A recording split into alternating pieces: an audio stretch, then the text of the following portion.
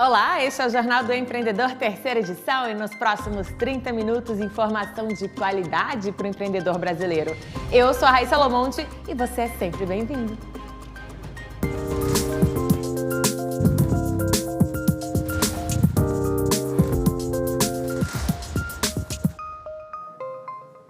Reforma tributária. O Senado começa a negociar mudanças na proposta que veio da Câmara. Sicomércio reúne sindicatos empresariais. Evento debate as boas práticas no setor. E na coluna do Thiago Godoy, os investimentos mais seguros para os empreendedores. Essas e outras notícias você acompanha aqui no Jornal do Empreendedor, terceira edição.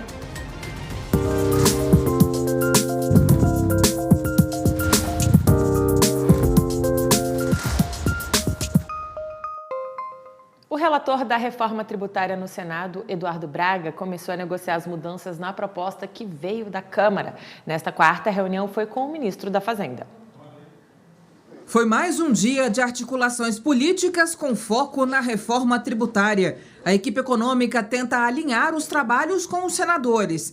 Depois de uma reunião na tarde desta quarta, Fernando Haddad colocou o Ministério da Fazenda à disposição do relator da proposta no Senado. Quanto mais esclarecedor for o debate, quanto mais transparente for a discussão, quanto mais a Receita Federal e a Secretaria Especial Extraordinária tiverem à disposição dos senadores, mais rápida vai ser a tramitação, mais segurança nós vamos passar para o país e tudo indica que nós possamos dar boa notícia para o Brasil com a promulgação dessa proposta de emenda constitucional. O texto aprovado na Câmara deve ser enviado oficialmente ao Senado na semana que vem, onde começa a ser analisado a partir de agosto. Primeiro, a PEC vai ser votada na Comissão de Constituição e Justiça e depois no plenário. O Senado já avisou que vai mudar o texto. Eduardo Braga está se debruçando sobre pontos que devem ser alterados. O relator recebeu algumas demandas de governadores e representantes de setores econômicos. Uma equipe técnica vai definir o impacto financeiro que o novo modelo tributário pode ter. Mas Braga afirma que isso não deve atrasar os trabalhos. Esperamos, num tempo que o Senado compreender maduro, o nosso objetivo é até o final de outubro poder entregar à Câmara dos Deputados uma contribuição do Senado para que até o final do ano o Brasil possa ter o compromisso realizado, aprovado e promulgado pelo Congresso Nacional, se assim for a decisão da Câmara dos Deputados e do Senado, a nova reforma aprovada. Nesta quarta, o presidente do Senado se reuniu com os relatores da reforma tributária na Câmara e no Senado para discutir o tema. A proposta de governistas de fatiar a PEC e deixar as mudanças para uma segunda fase já foi descartada por Rodrigo Pacheco. A Confederação Nacional do Comércio de Bens, Serviços e Turismo promoveu mais um evento aqui na capital federal. Depois do Conecta, foi a vez do Sicomércio reunir os sindicatos empresariais que formam a base do sistema comércio. O objetivo é debater e compartilhar boas práticas no setor. A repórter Camila Xavier acompanhou tudo e traz as informações. O Sicomércio, que não era realizado desde 2015, é palco de grandes debates das pautas prioritárias para a representação dos empresários do setor terciário do país. De acordo com a Confederação Nacional do Comércio de Bens, Serviços e Turismo, daqui vão sair diretrizes para as atividades dos sindicatos nos próximos anos. Neste segundo dia de evento, autoridades como ministros e o vice-presidente da República, Geraldo Alckmin, estiveram aqui. Geraldo Alckmin afirmou para os empresários presentes que o Brasil precisa reconquistar mercado em países vizinhos da América Latina, como forma de tornar o país mais competitivo. Para o vice-presidente e ministro do Desenvolvimento, Indústria e Comércio, o Brasil ficou caro para quem vive por aqui e para quem exporta produtos para outros países. Alckmin defendeu a aprovação da reforma tributária no Congresso, como forma de, pelo menos, simplificar a cobrança de impostos no Brasil. Então, há necessidade de uma agenda de competitividade. Não tem uma bala de prata, mas tem um conjunto de tarefas, um conjunto de trabalhos para restabelecer uma agenda de competitividade. E aí vem o objetivo da reforma tributária, diminuir essa complexidade tributária, e a simplificação pode reduzir custos, custo Brasil, diminuir judicialização, trazer melhor segurança jurídica, desonerar completamente investimento e desonerar completamente exportação. A tecnologia não é mais um mercado. Então, diferente do que a gente aprendeu, mercado de moda, mercado de alimentação, mercado de saúde, por muito tempo a gente achou que tinha um mercado chamado tecnologia, onde tinha Amazon, Meta, Google e assim por diante. Mas parece que esse mercado transversalizou. O que eu quero dizer com transversalizar? Ele, em vez de estar um monte de pilarzinho, ele foi para o lado. Ele acaba encharcando todo mundo. Então, uma empresa de moda tem que pensar moda e tecnologia. Uma empresa de alimentação tem que pensar alimentação e tecnologia. Eu diria que quem não fizer isso, não é que nem vai sair na frente, só não vai sair atrás. Porque já existem muitas empresas que estão fazendo isso e hoje a concorrência é ubíqua, né? Eu não concorro mais com a loja do lado, com a empresa do lado. Eu concorro por atenção, eu concorro por valor num ambiente online. E aí não importa se a empresa é da República Tcheca, da Romênia ou do Brasil, né? Eu estou competindo com todas elas e se eu não fizer isso, eu fico para trás com certeza. Alckmin também reforçou a meta do governo em acabar com o déficit primário no próximo ano e depois ter superávites seguidos. O foco, segundo ele, é fazer o Brasil crescer para a relação dívida-PIB baixar.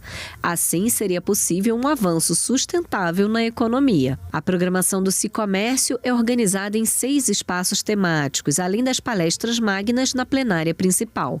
O evento vai até esta sexta-feira no Centro Internacional de Convenções do Brasil.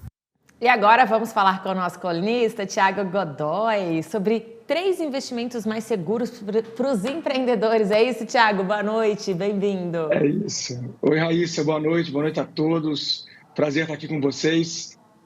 Hoje eu trouxe aqui 3 investimentos simples para quem está começando, para quem quer realmente sair da poupança, né? A gente sabe que o Brasil tem ainda uma cultura de investir na poupança. A poupança é de 1861, né? Um investimento muito antigo e acabou virando o hábito do brasileiro colocar o seu dinheiro na poupança. Mais de 80% das pessoas que investem na poupança. Qual que é o problema da poupança? A rentabilidade dela. Ela não tem uma rentabilidade boa. Por exemplo, se você for ver a rentabilidade da poupança de hoje, ela está em 0,5% ao mês, mas a taxa de referência vai dar mais ou menos 7,44% ao ano, né? E quando você vê outros investimentos similares, tão simples quanto, tão seguros quanto, por exemplo, o Tesouro Selic, que eu vou falar aqui hoje, tem uma rentabilidade similar à da taxa Selic, que está hoje em 13,75% ao ano. Então, a gente está falando de uma rentabilidade bem mais interessante. Se você olhar isso num prazo mais longo, 2, 4, 5, 10 anos, isso faz toda a diferença. Então, você que é empreendedor, quer investir o seu dinheiro, o seu recurso, né, do seu Prolabore, quer fazer esse dinheiro render no mercado financeiro, mas tem medo de sair da poupança, eu vou trazer aqui 3 investimentos muito simples. O primeiro deles eu falei do Tesouro Selic. O Tesouro Selic ele é um dos investimentos que fazem parte do programa do Tesouro Direto, que é um programa criado pelo governo federal justamente para dar acesso às pessoas a esse tipo de título público, de uma forma muito simples e totalmente online. Então, basicamente, como é que funciona isso? Você está basicamente emprestando o seu dinheiro para o governo federal. E aí ele vai te fornecer um título de crédito e você tem um vencimento, uma data de vencimento determinada. Quando chegar nessa data determinada, o governo te devolve o dinheiro, né, o dinheiro que você emprestou a ele, junto com os juros que estão ali, né, nesse investimento. E aí, qual que é o interessante? Muita gente, né, tem receio, porque fala do governo federal, né, tem receio de emprestar dinheiro para o governo. E, de fato, a verdade aqui é a entidade mais confiável que você pode ter. Não existe a possibilidade, é muito remota a possibilidade da falência do governo. Inclusive, é o Tesouro Nacional que imprime a moeda. Então, a gente fala, né, se o Tesouro Direto tiver algum problema, pode ter certeza que todos os investimentos tiveram problema antes, porque, de fato, tem um lastro, tem uma segurança muito grande. E pouca gente sabe disso, pouca gente tem esse conhecimento. Então, vale muito a pena olhar para o Tesouro Direto, Tesouro Selic, principalmente, que é o que tem mais liquidez. Você pode sacar ali e ter o dinheiro imediatamente, né, no mesmo dia na sua conta. Então, é muito bom para você ter uma reserva de emergência, uma reserva para imprevisto. Um segundo investimento que é bem similar até ao Tesouro Direto, mas no caso é um título privado, é o famoso CDB. Muita gente conhece o CDB, né? O CDB tem a mesma dinâmica, só que ao invés de você estar emprestando dinheiro para o governo, você está emprestando dinheiro para o banco. E aí o banco está captando recursos, está usando esse dinheiro para as atividades bancárias. E aí, a mesma coisa, você vai ter um período determinado para esse dinheiro, né? No final desse período, o banco te devolve o valor que você emprestou junto com a taxa, né? Então, é também um investimento muito seguro. Tem que olhar, principalmente, a data de vencimento desse título, né? Quando que ele vai vencer e qual que é a rentabilidade dele, qual que é, né, o percentual da taxa Selic que ele vai render, ou se for um título pré-fixado, né? A gente fala pré-fixado, ele tem a taxa definida antes, qual que é essa rentabilidade anual. Interessante saber também que o CDB ele é assegurado pelo FGC, que é o Fundo Garantidor de Crédito, que é um órgão responsável por proteger diversos investimentos de renda fixa. Então, vamos supor que o banco quebrou, que aconteceu uma falência do banco. Esse Fundo Garantidor de Crédito consegue garantir ao menos R$250 mil por instituição financeira. Então, é uma garantia para você que está começando e ainda está, né, colocando seus investimentos ali, tem o Fundo Garantidor de Crédito. E para fechar, o terceiro, que são dois, é uma duplinha, na verdade, é o LCI e a LCA. Mesma dinâmica do CDB, a LCI e a LCA, a diferença é o seguinte, são também investimentos de renda fixa, a diferença é que você vai emprestar o seu dinheiro para diferentes setores. Então, na LCI, você está emprestando seu dinheiro para o setor imobiliário, a letra de crédito imobiliário. Na LCA, você está emprestando seu dinheiro para o agronegócio, então a letra de crédito do agronegócio. Então, são títulos que os bancos emitem, né, instituições financeiras emitem para você emprestar o seu dinheiro para esses setores. E aí, qual que é a diferença também? O LCI e a LCA, eles têm isenção de imposto de renda. Então, tem uma vantagem, porque o governo, né, quer dar esse benefício para o setor do agronegócio e o setor imobiliário, então, para você investir e ter essa isenção de imposto de renda. E LCI e LCA também são garantidos pelo FGC. Tá? Então, para quem está começando, 3 alternativas são simples, é só você entrar lá no seu aplicativo da sua corretora, do seu banco, e vai buscar esses investimentos. Eles têm uma segurança, né, tem uma garantia do FGC ou a soberania, né, do governo federal, do Tesouro Nacional, e já pode começar a investir com uma rentabilidade bem superior à da poupança. Então, não tenha medo, fuja da poupança que você vai agradecer a sua rentabilidade no longo prazo. É isso aí. Hoje em dia está mais fácil, né, Tiago? A informação está mais acessível para as pessoas. Antigamente o pessoal ficava com receio, não conhecia muito bem. A poupança é mais fácil, né, de aplicar, mas ali com um pouquinho de conhecimento já dá para os nossos empreendedores se virarem e fazerem aplicações melhores. Totalmente. E é importante entender também os prazos. Quando você vai investir, por exemplo, num investimento com liquidez direta, né, liquidez diária, como é o Tesouro Selic, você tem um objetivo específico, é ter uma reserva de emergência para algum imprevisto que você vai viver, algum caixa para você, né, poder cobrir algum imprevisto. Quando você vai em outros, né, investimentos como o próprio CDB, LCI, LCA principalmente, eles têm vantagens, porque num prazo mais longo você consegue ter rentabilidades melhores. Então você pode, se você não precisar do dinheiro no curto prazo, né, você puder, né, definir que esse dinheiro só vai ser usado daqui a 3, 4, 5 anos, a chance de você encontrar uma rentabilidade melhor é muito maior. Então, essa dinâmica do tempo de investimento, do prazo de vencimento do investimento, é muito importante para o investidor, principalmente iniciante, para entender que quanto mais longo for o prazo de vencimento, mais rentável vai ser, né, anualmente esse investimento. Então, vale para você organizar, né, o que você quer fazer na sua empresa num prazo determinado, o que você vai separar para emergência, e aí você começa a trabalhar esse fluxo financeiro em prazos distintos e poder, com certeza você vai colher resultados que são benéficos por conta dessa sua organização e de saber trabalhar os prazos nos diferentes investimentos. Então, vale muito a pena começar e ir aprendendo isso. Tá certo, Thiago. Muito obrigada pelas suas dicas e até semana que vem. Obrigado, até semana que vem. Boa noite. Boa noite. A gente vai para o intervalo agora e no próximo bloco vamos saber como as sorveterias estão investindo na fidelização dos clientes. Eu volto já.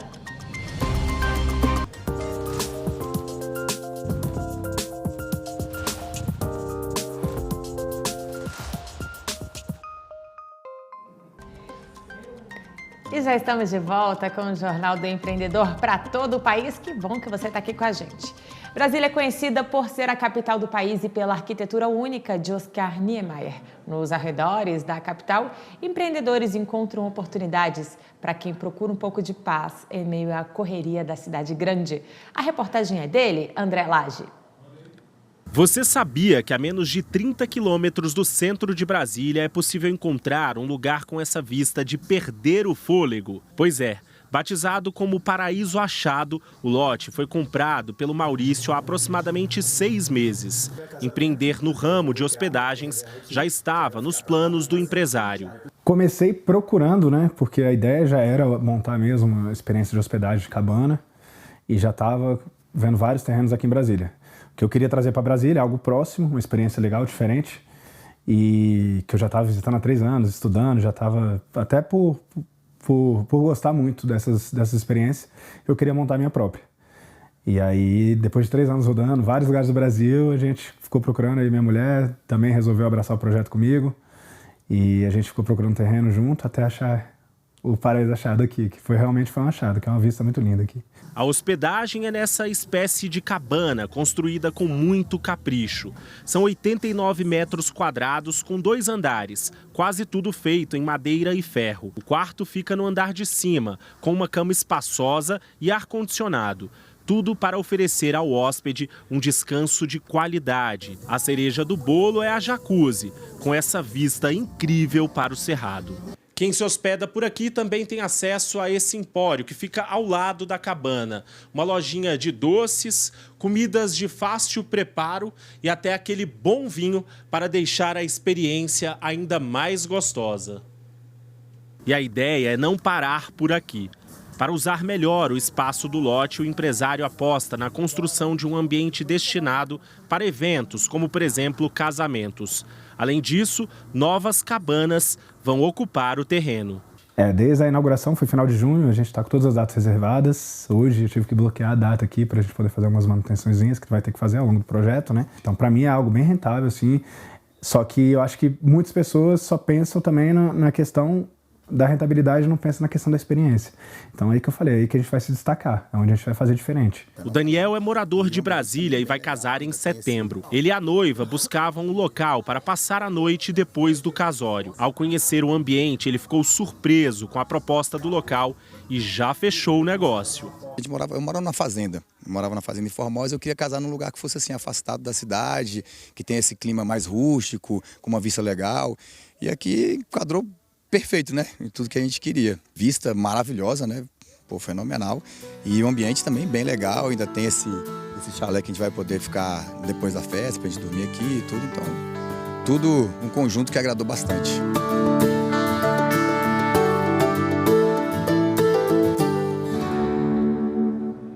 Maravilha, hein? Agora a gente fala da confiança dos pequenos negócios que apresentou a maior alta do ano. Em junho, o otimismo das micro e pequenas empresas atingiu o patamar de 93,7 pontos. O aumento foi de 5,8 pontos, o maior registrado desde agosto de 2020. A melhora na confiança foi sentida nos principais setores da economia, comércio, serviços e indústria de transformação. O setor que mais teve peso foi o da indústria, que saiu de uma sequência de 3 quedas consecutivas para um aumento de 11,9 pontos. Os dados são da sondagem das micro e pequenas empresas. Essa sondagem é realizada mensalmente pelo Sebrae em parceria com a Fundação Getúlio Vargas. E gostoso, refrescante e nutritivo, o sorvete serve em qualquer estação do ano. Mas o número crescente de sorveterias no país precisa manter o cliente, não é? E isso requer inovação e um cardápio diferenciado. A gente vai saber mais na reportagem da Camila Xavier. Morango, chocolate, limão.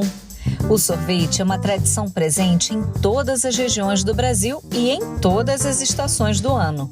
Adultos, idosos e crianças adoram.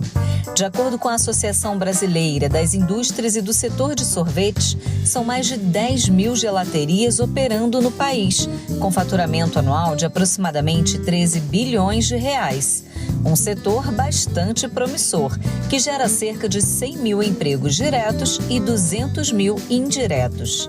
Com o mercado de sorvetes em constante expansão, o empreendedor deve se atentar às tendências do setor para se manter competitivo e se destacar em meio à concorrência acirrada. É o que faz esta gelateria, localizada em um ponto estratégico da capital federal.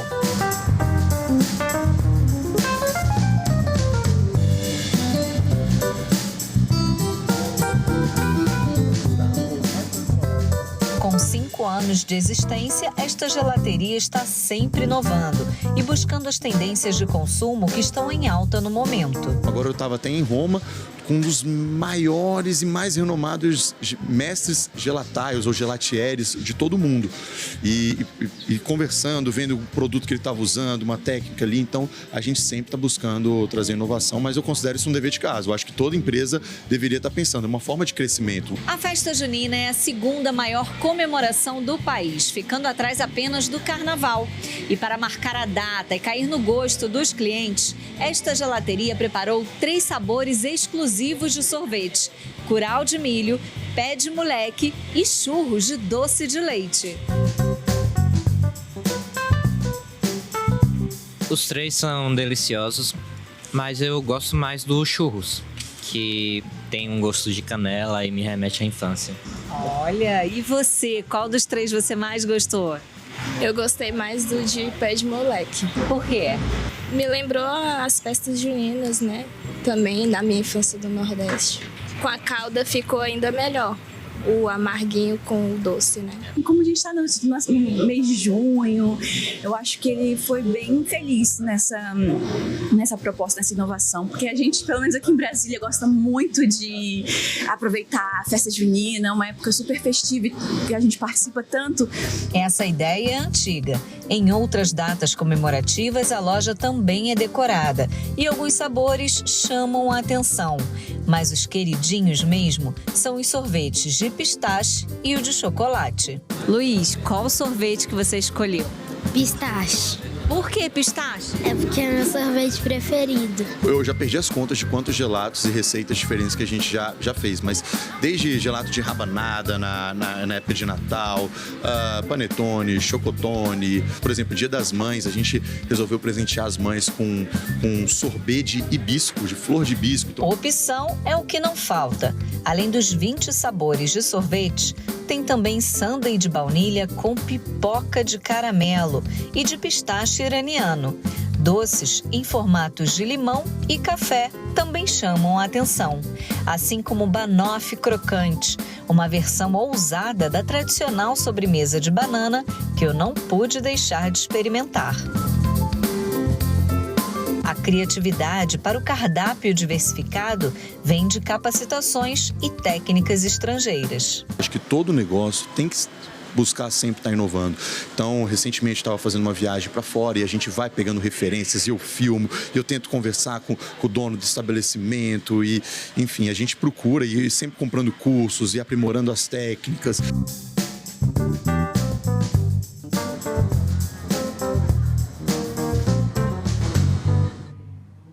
Eita, Camila se deu bem, hein? Pois eu vou lá conhecer esses sabores. E essa edição do Jornal do Empreendedor fica por aqui. Muito obrigada pela sua companhia e até amanhã. Tchau, tchau.